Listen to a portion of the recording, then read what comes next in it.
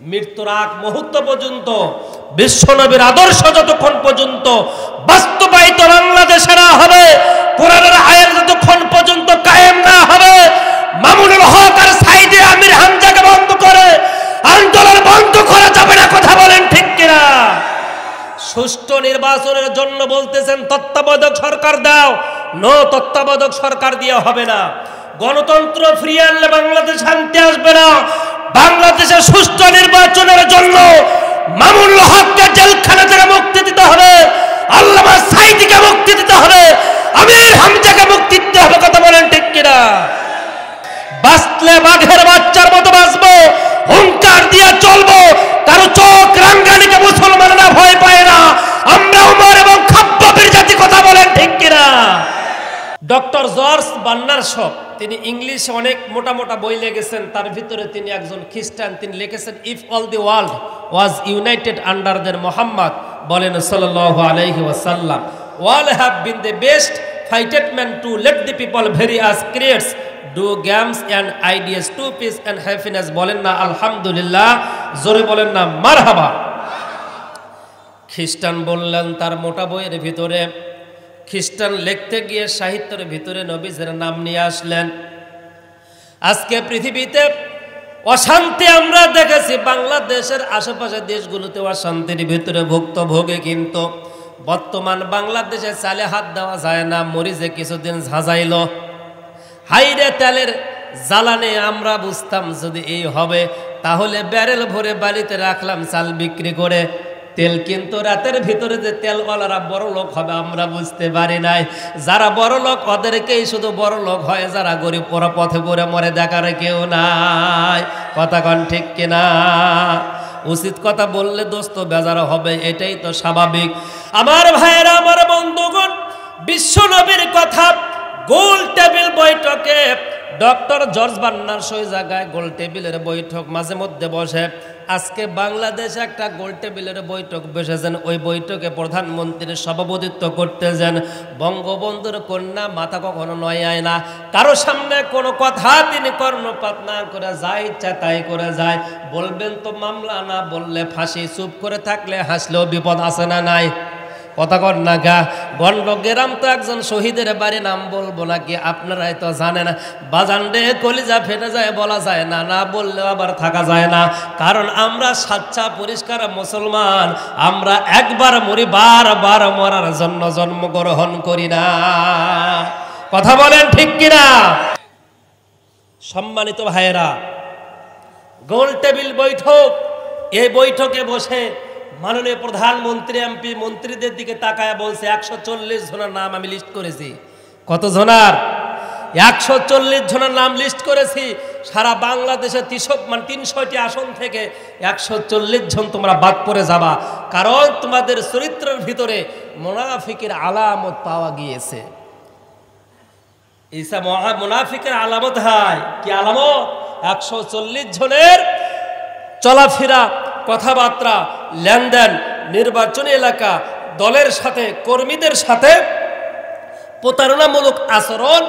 এই প্রতারণামূলক আচরণ করার কারণে 140 জন তোমাদেরকে বাদ দিয়ে আমরা নতুন কর্মী নিয়োগ দিয়ে নির্বাচনের সামনে আমরা দাঁড়ায় দিব, কিন্তু তোমাদের 140 জনের জায়গা হবে না। বৈঠকটা গোল টেবিল বসে গিয়েছে। আমার ভাইয়েরা, আমার বন্ধুগণ, ডক্টর জর্জ বার্নার্ড শ এই গোল টেবিলের ভিতরে বসেছেন। সবাই চাচ্ছেন পৃথিবীতে শান্তি ফিরিয়ে আনা, কেমনে যায়, কি করে পৃথিবীতে শান্তি ফিরে আসবে, এইটা নিয়ে সবার মাথা ব্যথা, সবাই চিন্তা করতেছে। খ্রিস্টানেরা বলতেছে আমাদের ফাদারের জীবন অনুসরণ করলে পৃথিবীতে শান্তি আসবে। যারা সম্মানিত হিন্দু ভাইরা আজকে পূজা করতেছে, এনারা বলতেছেন না, আমাদের প্রায় অনেক লক্ষ লক্ষ কোটি কোটি দেবতা, এই দেবতাদের তোমরা যদি জীবন অনুসরণ করো, এদের আদর্শ নিয়ে যদি তোমরা তোমাদের দেশ পরিচালনা করো, তাহলে শান্তি ফিরে আসবে। বৌদ্ধদেব বলতেছে না না, তোমাদেরটা হবে না, আমাদেরটাই মানতে হবে। সবার বলা শেষ। ডক্টর জর্জ বার্নার্ড শ একজন সাহিত্যিক খ্রিস্টান, উনি সবার উদ্দেশ্যে বললেন জাস্ট অনলি 1 মিনিট, আমার সময় হবে কিনা, আমার 1 মিনিট সময় হবে কিনা। সঙ্গে সঙ্গে ডক্টর জর্জ বার্নার্স এই কথা বলার পরে সবাই তার মুখের দিকে তাকায় যে কি বলবা তুমি। খ্রিস্টানরা মনে করলো আমাদের ফাদারের কথা বলবে, বৌদ্ধরা মনে করলো না আমাদের বৌদ্ধদেবের কথা বলবে, এবার হিন্দু ভাইয়েরা বলতেছে না আমাদের ঠাকুরের কথা বলবে। এই কথা বলার পরে সবাই তার মুখের দিকে তাকিয়ে আছে। ডক্টর জর্জ বার্নার্স তিনি এক বাক্যে উচ্চারণ করলেন, একটি কথা বললেন, শোনো, তোমরা পৃথিবীতে ধনী গরিব উঁচু নিচু সকল মানুষকে যদি তোমরা শান্তিতে রাখতে যাও, ভালো রাখতে যাও, আমি ডক্টর জর্জ বার্নার্স একটা মানুষের নাম বলবো। এই মানুষের আদর্শ যদি তোমরা গ্রহণ করো, হিন্দু মুসলিম বৌদ্ধ খ্রিস্টান ইহুদি নাসারা আওয়ামী লীগ বিএনপি জামাত জাতীয় পার্টি জাসদ বাসদ নামাজি বেনামাজি ফর্সা লম্বা খাটো বেটে সবাই পৃথিবীতে বসবাস করবে। কেউ হবে মোটা, কেউ হবে সেকন, কেউ হবে মন্ত্রী, আর কেউ হবে দাসের গোলাম। এইটা তার আদর্শ পাই নাই। শুধু চোখ বন্ধ করতে আবার খুলতে দেরি হয়ে যাবে, কিন্তু ওই ব্যক্তির জীবন আদর্শ গ্রহণ করলে শান্তি ফিরে আসতে দেরি হবে না। উচ্চ আওয়াজে বলুন গন্ডক গ্রামের মুসলমানরা বলেন না সুবহানাল্লাহ। বলছেন একজন খ্রিস্টান, নাম তার ডক্টর জর্জ বার্নার্স। সবাই তার মুখের দিকে তাকিয়ে আছে। এমন সময় ডক্টর জর্জ বার্নার্স বললেন, if all the world was united under then যেমনি বলছে সবাই আরো চাতক পাখির মতো তাকিয়ে আছে, ভাবতেছে মনে মনে না আমাদেরটাই কথা বলবে, আর একজন ভাবতেছে না আমাদেরটাই কথা বলবে। এই কথা বলার পরে যেমনি বলছে যে if all the world was united under the Muhammad sallallahu alaihi wasallam, all have been the best fighted man to let the people various periods do games and ideas to peace and happiness. এই কথা বলার পরে বৌদ্ধ বলতেছে মাইকটা বন্ধ করে দাও, খ্রিস্টান বলছে মাইকটা বন্ধ করে দাও, ইহুদিরা বলছে মাইকটা বন্ধ করে দাও। আমি তো তোমাদের কাছে বলেছি 1 মিনিট সময় বেশি বলবো না, মাইক বন্ধ করো। কেন? আমি কি চাপায়ের হারুন এমপি? কথা কন না কা? চাপায়ের হারুন এমপি যতক্ষণ সংসদে কথা বলেছেন, প্রত্যেকটা সময় আল্লাহর কোরআন এবং হাদিস দিয়ে কথা বলেছেন। কথা বলেন ঠিক কিনা? সংসদের ভিতরে কোরআনের কথা একজন এমপির কোরআনের কথার আওয়াজের সাথে ওদের 200 জন এমপি তার বিরুদ্ধে পারতেছে না, কারণ কোরআনের যে একটা কথা বলেন ঠিক কিনা? আমার ভাইরা, আমার বন্ধুগণ, ডক্টর জর্জ বার্নার্স বললেন দাঁড়ান, মাইক বন্ধ করেন না, সময় চেয়েছে মাত্র 1 মিনিট। কয় মিনিট? 1 মিনিট শেষ হয় নাই। আমি বলতেছি শোনো, মক্কাতে জন্মগ্রহণ করেছে কুরাইশ বংশের, নাম তার মোহাম্মদ, বাবার নাম ছিল আব্দুল্লাহ, মায়ের নাম আমেনা। বাবা মারা গিয়েছে জন্মের পূর্বে, মা মারা গিয়েছে জন্মের পরে। ভাই নাই, বোন নাই, কেউ নাই। এই ছেলেটার জীবন আদর্শ তোমরা গ্রহণ করো। এই ছেলেটার আদর্শ জীবন যদি, এই ছেলেটার আদর্শ যদি তোমরা তোমাদের জীবনের সাথে মিলিয়ে নিতে পারো, আমি ডক্টর জর্জ বার্নার্স বলে দিলাম, তোমরা জাতি ধর্ম বর্ণ নির্বিশেষে পৃথিবীতে সবাই বসবাস করবা, তোমাদের অশান্তি থাকবে না, কোনো প্রকার মারামারি হানাহানি কাটাকাটি ফাটাফাটি থাকবে না, মীমাংসা হয়ে যাবে, শান্তিতে বসবাস করবা, কোনো টেনশন থাকবে না। জোরে বলুন না মারহাবা। আমার ভাইরা, আমার বন্ধুগণ, রাসূলের জীবন আদর্শ গ্রহণ করলে কেমনে শান্তি থাকা যায়, একটু মনোযোগ দিয়ে কথাগুলো শোনেন। বেশিক্ষণ সময় কথা বলা যাবে না, খুব অল্প সময় কথা বলতেছে আমার বন্ধুগণ। নবীজির জীবন আদর্শ গ্রহণ করলে কেমনে শান্তি থাকা যায়। নবীজি ও মুসলিম দেখে নাই, মুসলমান দেখে নাই, নিজের কর্মী দেখে নাই, দল দেখে নাই, মানুষ কেনা যে মানুষ তার প্রতি তার শ্রদ্ধা আর সম্মান। পাশে যেহেতু হিন্দু পাড়া উদাহরণ দিলে বুঝতে পারবেন। 2টা এক্সাম্পল উদাহরণ দিয়ে আমি চলে যাব। 1 নাম্বার উদাহরণ, নবীজির পাশ দিয়ে একদিন লাশ চলে যাচ্ছে, আমার হিন্দু ভাইয়েরা মারা গেলেও ঢোল পিটায়, আবার জীবন জন্মগ্রহণ করলেও ঢোল পিটায়। 2টা সময় তারা তাদের ধর্ম রীতি এবং নীতি অনুযায়ী তারা ঢোল পিটায়। রসুল বলেছেন প্রত্যেকটা সন্তান যখন পৃথিবীতে আসে, আসার পরে ওই সন্তানটা হিন্দুর ঘরে মুসলমান হয়ে জন্মগ্রহণ করে। বৌদ্ধর ঘরে প্রথম যেদিন মারপেট থেকে আসলো, আসার পরে ওই সন্তানটা বৌদ্ধর ঘরে মুসলমান, হিন্দুর ঘরে মুসলমান, ইহুদির ঘরে মুসলমান, নাসারা ঘরে মুসলমান, মজুসি সহ সকল ধর্ম অবলম্বীদের ঘরে প্রথম সকালবেলা বিকালবেলা সন্ধ্যাবেলা যে সন্তানটা মায়ের প্রসব যন্ত্রণার পরে যেই সন্তান জন্মগ্রহণ করে ওই সন্তানটা মুসলমান হয়ে জন্মগ্রহণ করে। জোরে সোরে বলেন না সুবহানাল্লাহ। আমার ভাইরা, আমার বন্ধুগণ, এই সন্তান যে জন্মগ্রহণ করে মুসলমান হিসাবে বোঝানোর জন্য এক্সাম্পল দেয়। এই যুবকেরা মনোযোগ দিয়া শোনো। মার পেট থেকে যখন তুমি পৃথিবীতে প্রথম দিন আসলা, ওইটা সিজারে হোক অথবা নরমালে হোক, আসার পরে কিন্তু তুমি একটা জোরে চিৎকার দিয়েছিলা। ওই চিৎকারটা তোমাকে যিনি ধাত্রী হিসাবে তোমার মায়ের কাছে ছিল তার কাছে জিজ্ঞাসা করো, যে ডাক্তার দ্বারা অপারেশন হয়েছে তার কাছে জিজ্ঞাসা করো। ওই ডাক্তার বলবে হ্যাঁ বাচ্চাটা কেঁদে উঠেছে। মেডিকেল সায়েন্স বলে যে বাচ্চা জন্মের পরে কাঁদে না ওই বাচ্চা বোবা হওয়ার সম্ভাবনা থাকে। আমার আল্লাহর লীলা খেলা যে কত সুন্দর একটু মনটা দিয়া বোঝেন। আমার ভাইয়েরা, নবীজি বলেন কোন বাচ্চা যখন দুনিয়াতে আসে আসার সঙ্গে সঙ্গে তাফসীর ইবনে কাসিরের ভিতরে এসেছে আসার সঙ্গে সঙ্গে ওই বাচ্চার শরীরের উপরে শয়তান ইবলিস চিমটে কাটে, হাতটা রাখে। নিষ্পাপ সন্তান এখনো কোনো প্রকারে পাপ করে নাই, এখনো মিথ্যা কথা বলে নাই, হারাম খায় নাই, এখনো কোনো প্রবঞ্চনা দেয় নাই, ছলচাতুরি করে নাই, ইসলামের বিপক্ষে রাজনীতিতে এখনো নামটা লেখায় নাই। কিন্তু শয়তান এসে যখন ভর করে, করার সঙ্গে সঙ্গে বাচ্চাটা চিৎকার দিয়া বলে আল্লাহ বাঁচাও, সুবহানাল্লাহ। ধাত্রী বলে কাঁদিচ্ছে, তাড়াতাড়ি মায়ের স্তনের কাছে নিয়ে যাও, দুধ দাও। না না না, এইটা না, হাদিস কোরআন যে এটা বলছে সেটা আপনাদেরকে বলতেছে। ধাত্রী বলে মায়ের কাছে নিয়ে যাও, দুধ খাও, বাচ্চাটা থেমে যাবে। আবার ডাক্তাররা বলে তাড়াতাড়ি বাচ্চাটাকে আইসিইউর ভিতরে ঢুকাও, ঠান্ডা হয়ে যাবে, বাচ্চাটা থেমে যাবে, খাবার মুখে দিয়ে দাও।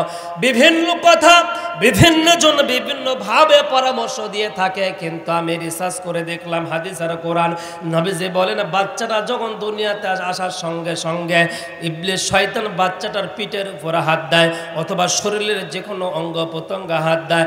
হাত দেওয়ার সঙ্গে সঙ্গে বাচ্চারা চিৎকার দিয়া বলে আল্লাহ আমারে বাঁচাও। মায়ের পেটে শয়তান আমারে স্পর্শ করতে পারে নাই, মায়ের পেটে হারাম খাওয়াইতে পারে নাই। দুনিয়াতে মাত্র আসলাম, এখনো মায়ের দুধ মুখে ঢুকাইলাম না, এখনো মা ডাকলাম না, বাবা ডাকলাম না, কাউকে আমি দেখলাম না।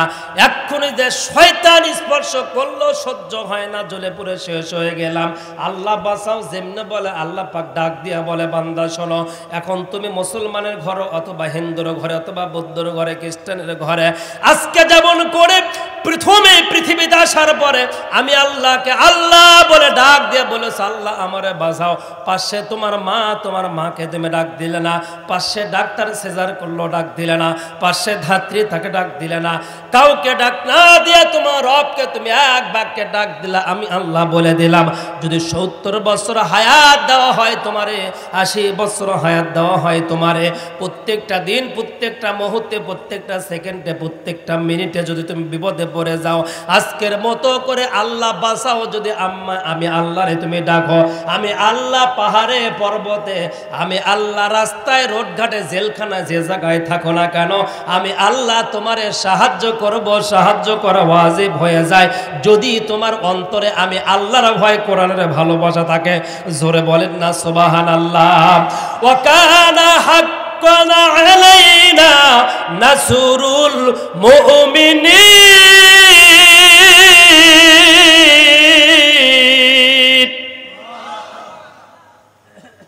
আমার ভাইরা, আমার বন্ধুগণ, আল্লাহ পাক বলেন বান্দা তোমাকে সাহায্য করা আমি আল্লাহর জন্য ওয়াজিব হয়ে যায়।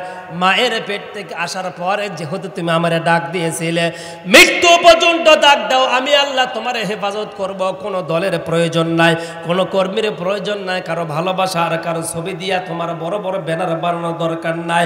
কোরআনের পক্ষে থাকবা, আমি আল্লাহ সাহায্য করব। কোরআনের বিপক্ষে যাবা, দুনিয়াতে ছেড়ে দিব রশি। কিন্তু মনে রাখিও কবরে আসলে তোমার নারিয়া ফাটাবো বাটাম। কথা কন ঠিক কিনা?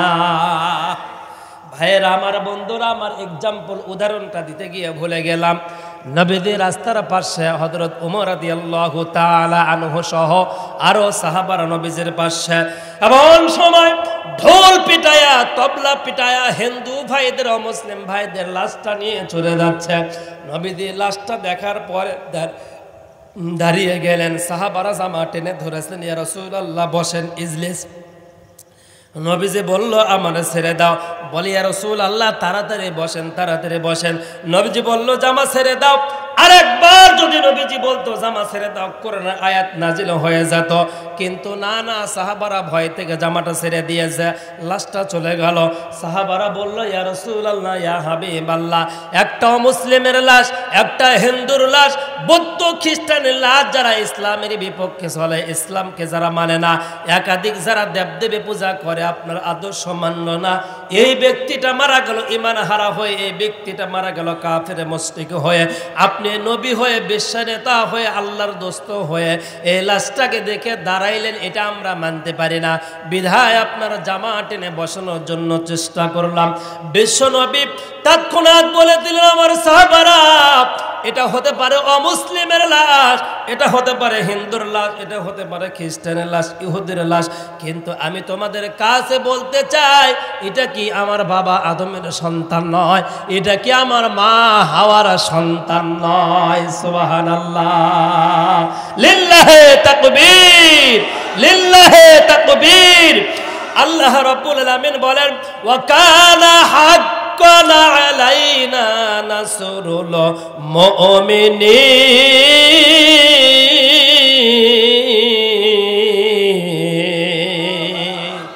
পুরা পৃথিবীর মানুষের জন্য আপনাকে আমি রহমত, আপনার আদর্শ, সবার আদর্শ করে মডেল করে আমি আল্লাহ আপনাকে পৃথিবীতে পাঠিয়ে দিলাম। উচ্চ আওয়াজে বলুন না সুবহানাল্লাহ। সেই নবীর আদর্শ বাদ দিয়ে, সেই নেতার আদর্শ বাদ দিয়ে কুরানো নেতা চোর, এরপর আপনার ডাকাত, বাটপার, সন্ত্রাসী, যারা দিনে দুপুরে মানুষের বুকে রিভলভার ঠেকিয়ে ঠেকিয়ে টাকা নিয়ে গরিব দুঃখী মেহনতি মানুষের যারা ভাগ্য যায় এদিকে নিয়ে যায়, ওই দিকে এদের পেছনে যারা ঘোরে, এরা বুঝবে কিয়ামতের দিনে কার আদর্শ নিয়ে হাসরের ময়দানে এরা ওঠে। এদের কোটের বহর কত বড়, হাসরের ময়দানে দেখা হবে। কথা বলেন ঠিক কিনা?